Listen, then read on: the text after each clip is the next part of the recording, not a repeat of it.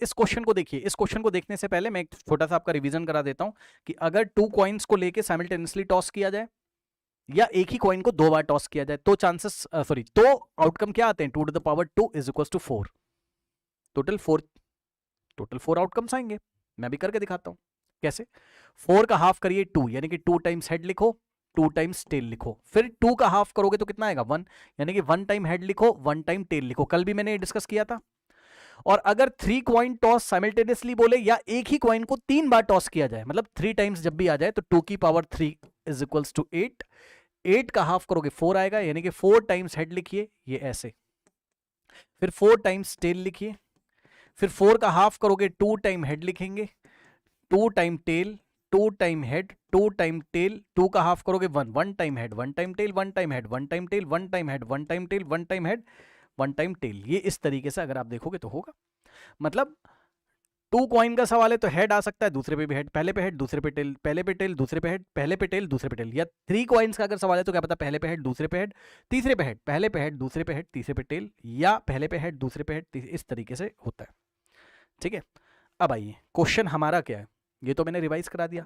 हमारा क्वेश्चन है 2 coins are toss simultaneously. इसका मतलब हम कैसे जाएंगे, 2 raised to the power 2 is equal to 4। 4 का हाफ किया, 2 आया तो 2 टाइम्स हेड लिखो, 2 टाइम्स टेल लिखो, फिर 2 का हाफ करोगे, ये 2 टाइम्स हेड है, 2 का हाफ करो तो 1 आएगा, यानी कि 1 टाइम हेड लिखो, 1 टाइम टेल लिखो, 1 टाइम हेड लिखो, 1 टाइम टेल लिखो। इसका मतलब ये है कि अगर हम देखें तो हमारे पास टोटल पॉसिबल आउटकम क्या क्या है, या तो दोनों पे हेड हेड आ गया होगा, हेड हेड, या तो क्या आ गया होगा हेड टेल, पहले पे हेड दूसरे पे टेल, या तो पहले पे टेल दूसरे पे हेड, और या तो दोनों पे टेल आ गया होगा, टेल टेल, है ना। ये इस तरीके से। अब उसने हमसे सवाल पूछा पहला, एटलीस्ट 1 हेड का क्या मतलब है, ध्यान सुनो। What is the probability that getting at least head, part 1, probability of getting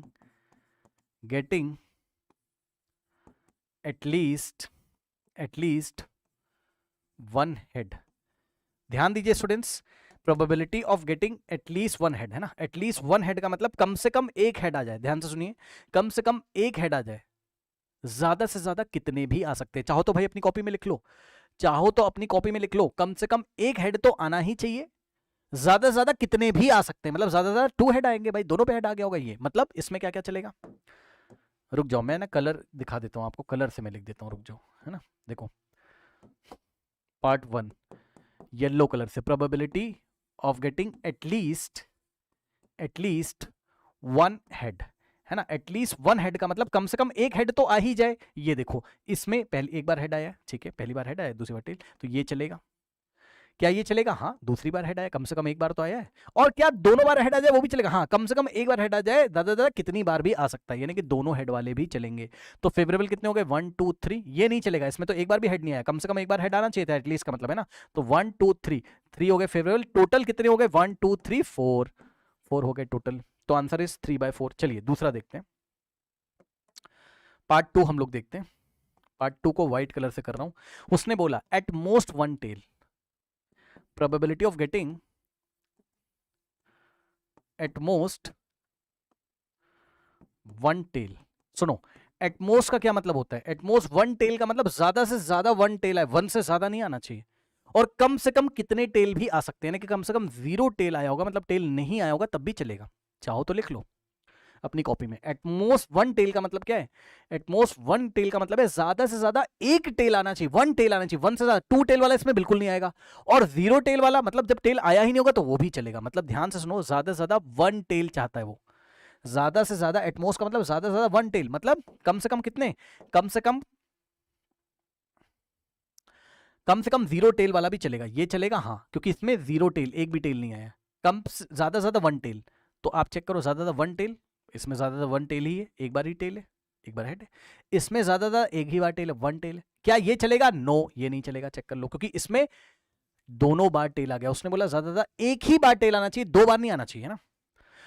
0 tell वाला भी चलेगा, हाँ, मतलब टेल नहीं आया वो भी इसमें चलता है, एटमोस्ट 1 टेल वाले में। याद रखिएगा भाई, ये सब तरीका है। तो 1 2 3, 3 डिवाइडेड बाय टोटल कितने, 4। अगला सवाल उसने बोला, पार्ट 3 हम लोग कर लेते हैं। उसने बोला प्रोबेबिलिटी ऑफ गेटिंग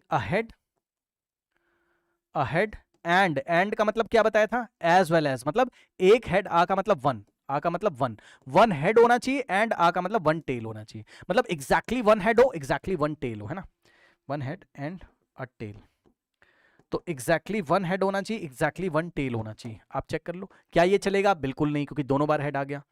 एग्जैक्टली एक बार टेल है एक बार हेड है तो ये चलेगा, एग्जैक्टली एक बार टेल एक बार हेड ये चलेगा, ये नहीं चलेगा क्योंकि दोनों बार टेल आ गया। उसने बोला एक बार हेड और एक बार टेल, ठीक है। तो 1 2 2 फेवरेबल डिवाइडेड बाय टोटल तो वही हो गया 1 2 3 4, तो आंसर इज 2 1 जा 2 2 जा, so the answer is 1/2, correct. तो इस तरीके से आंसर हमारे पास आ गया। पार्ट 1 का आंसर 3/4, पार्ट 2 का आंसर 3/4 एंड पार्ट 3 का आंसर है हमारे पास 1/2, जिसको आप 0.5 भी लिख सकते हैं। चलिए चलते हैं हम लोग नेक्स्ट क्वेश्चन की तरफ।